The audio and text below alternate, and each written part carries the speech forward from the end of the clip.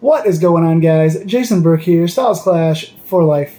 Coming at you on YouTube, and today I've got some football focus. Pittsburgh Steelers offseason is in full swing, but there's still about 6 weeks until the NFL draft and about 3 weeks until free agency begins, so I wanted to bring you guys more Steelers content to tide you over. I'm going to be doing the Pittsburgh Steelers free agency target list pretty soon. Probably in the next week or two, you're going to see me go through all the positions of need for the Steelers and talk about every free agent at those positions around the league that Pittsburgh should target and how much money they should pay for them. Talking about budget and bringing in veterans at decent prices to make the roster better. If you want to see my video on Pittsburgh Steelers free agents and all the free agents on our team coming up, at each position, who I think they should keep, who they should cut, and why, I've got a full detailed video already on this channel. It's the last Steeler video I posted on this channel. Go check it out. So our free agency list is done. Our targets are coming up. But for today, I wanted to talk about the biggest position of interest for me coming into this free agency / draft, and that is the offensive line. It's the unsexiest position here. It's the one nobody wants to talk about, but it's the one that bears the most examining. It's the one that we have to look at the most because Pittsburgh in the last several years has not been targeting, especially in the first round or so, any offensive line free agents, any offensive line draft picks. And when we do go for guys in the second or third round, it winds up being guys like Dan Moore and Kendrick Green who haven't always worked out. Now, if you're looking at our offensive line, we improved up in toward the top 10 in the second half of the season. We started the first half of the year as one of the worst O-lines in the entire league, and by the end, PFF had us in the top 10. And a lot of that is attributed to something that won't happen again. That is entire health. When the whole offensive line is healthy for the entire season, you get a camaraderie, you get an experience level, you get a comfortability with each other that really never happens. I mean, Pittsburgh's offensive line is never entirely healthy. The NFL never has a 5-man offensive line played together in all 17 games like we did this season.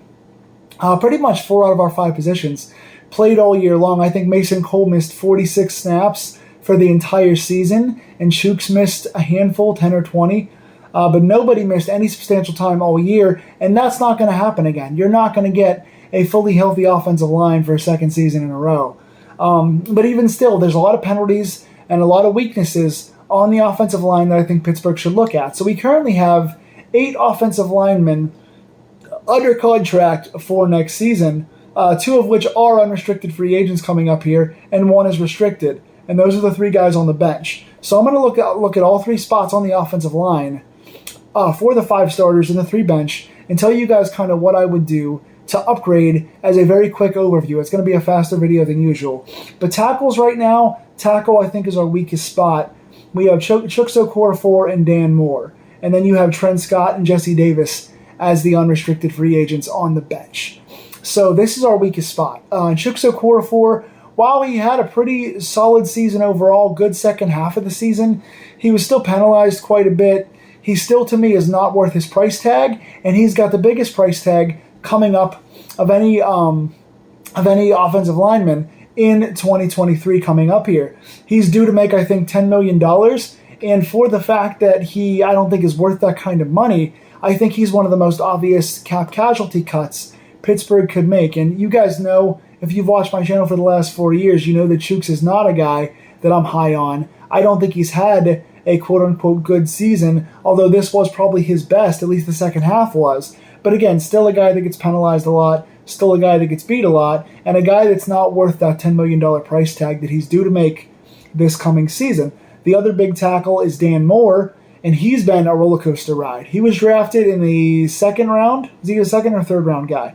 Second or third round guy last year. Had a decent rookie season, had a lot of highs and lows, ups and downs, but had overall a pretty good rookie season, and the second half of that rookie season last year was showing us a lot of upside. This season, I almost would have cut him in the preseason. He was the worst Dan Moore and Kendrick Green were the 2 offensive linemen that I thought were the worst in the entire league from what I saw this past preseason. I would have cut them both right there. Dan Moore did make the team, did go on to start, and did not play very well. Dan Moore was the second most penalized lineman on the entire team. I think he had 9 penalties this season, second only to Kevin Dotson's 11. We'll talk about him in a second. But I think those 2 guys both have a lot of room for improvement. And with Dan Moore, the way he slid back last year and the bad season that he had Arguably, he was our worst of the 5 offensive linemen last year, and I would say that he was. And then Chuks Okorafor being due to make that money, I think you want to look at some extra bodies at tackle. And then Trent Scott and Jesse Davis. Trent Scott did play a handful of snaps last year as an extra blocker. He came in, I think he relieved Chuks and for a few snaps, and then he played mostly as a sixth lineman for extra blocking, and Jesse Davis just didn't play at all. These two guys, both being unrestricted free agents, I would just say let them go. They're just bodies at this point. No disrespect to Trent or Jesse, but they are just doing something that any 7th-round draft pick or any undrafted free agent could do.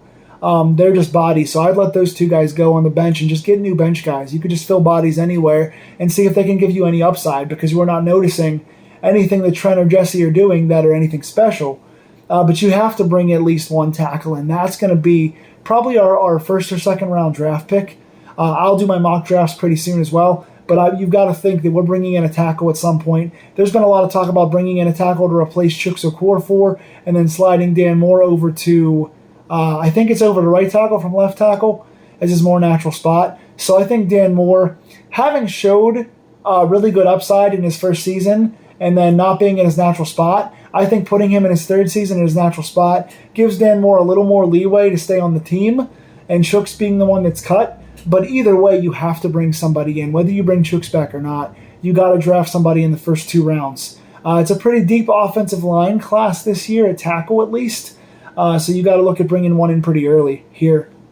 There's been a lot of talk about Taylor Lewan from the Tennessee Titans, who was just cut. But obviously he's got problems with T.J. Watt, and he's asking for upwards of $10 million to sign a 1-year deal, and that's a lot for an aging veteran who's been injured quite a bit the last couple of years. So Lewan is good, but he's asking for some money, and he's got problems with TJ, who's obviously our kingpin on our team, so that may not happen.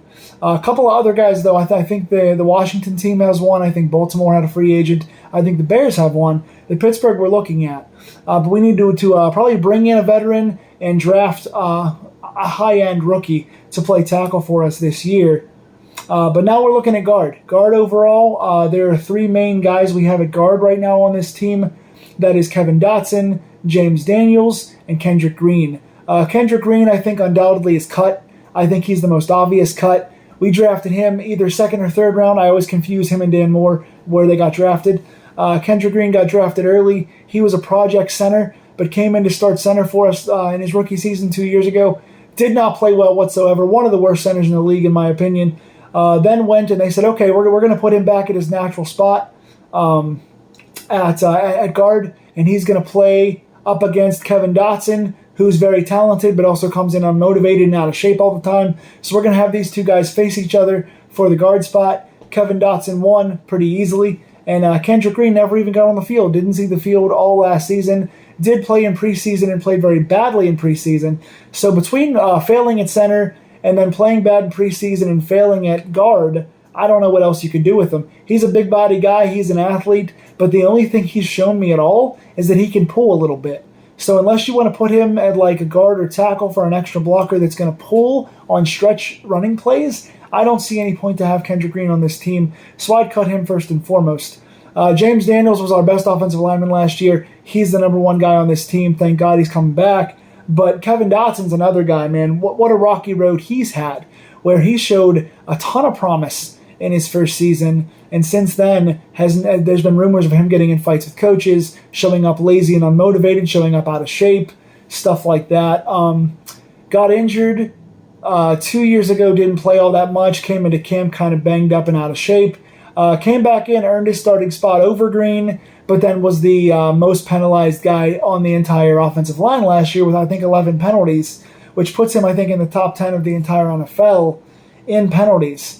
Got beat quite a bit, got penalized way too much, and has had a history of again, showing up unmotivated and lazy.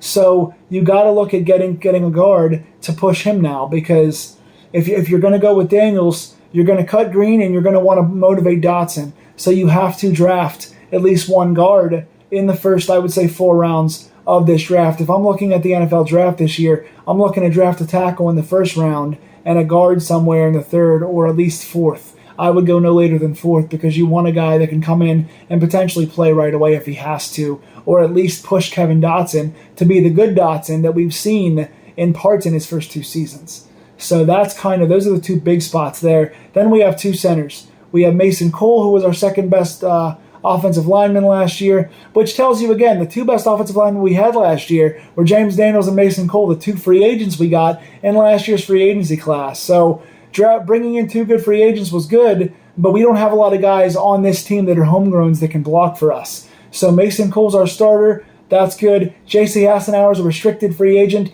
I'd bring him back. You're going to get him for a pretty cheap price, but he's been a good center/guard for us, playing 2 spots in relief in a solid manner. I like Hassenauer as a good backup lineman. He's a good guy that can fill in. So yeah, we're keeping Dan Moore, but pushing for his job, hopefully putting him on the bench this year. We're keeping Daniels, but we're cutting Chooks for money. We're cutting Green for lack of ability. We're going to push Kevin Dotson, and we're going to keep Cole and Hassenauer at center. So I think you're set at center for another year or 2, but I think you want to bring in a high-end tackle and at least a mid-range guard to improve this team. If you can have 2 good guys to really push Dan Moore and Kevin Dotson, you can suddenly have a team that looks pretty good. So if you've got Dan Moore at his natural spot plus another starting tackle, and then you've got James Daniels at one spot, and then either the good Dotson or the guy you draft in his spot, and then you got Cole and Hassenauer at center, plus a veteran tackle you bring in to be the starter for Dan Moore if he can't start. All of a sudden now you've got about 10 guys who are productive, who are in the system, who could be something, and then you have guys like Dotson and Moore who either you get the best out of them or they're on the bench for the year and they're cut next season. So you got to push those 2 guys, and you got to cut some of the guys that are dead weight. But that's what I got so far for the offensive line. What do you guys think? Out of those 5 spots, do you guys pay Chooks and bring him back? Do you guys start Dan Moore, or do you go with somebody else? Do you draft 2 offensive linemen early, or do you draft 1 early and draft 1 in the mid-rounds? What do you guys think? Tell me in the comments below. Please like, share, and subscribe if you like these deep dive videos. Again, go check out the Steelers free agency video from last week, and go check out next week when I'm doing Pittsburgh Steelers free agency targets from other teams that we should be going after. Tell me your thoughts on the offensive line and how we get better next season. Until then, guys, go Steelers and take care.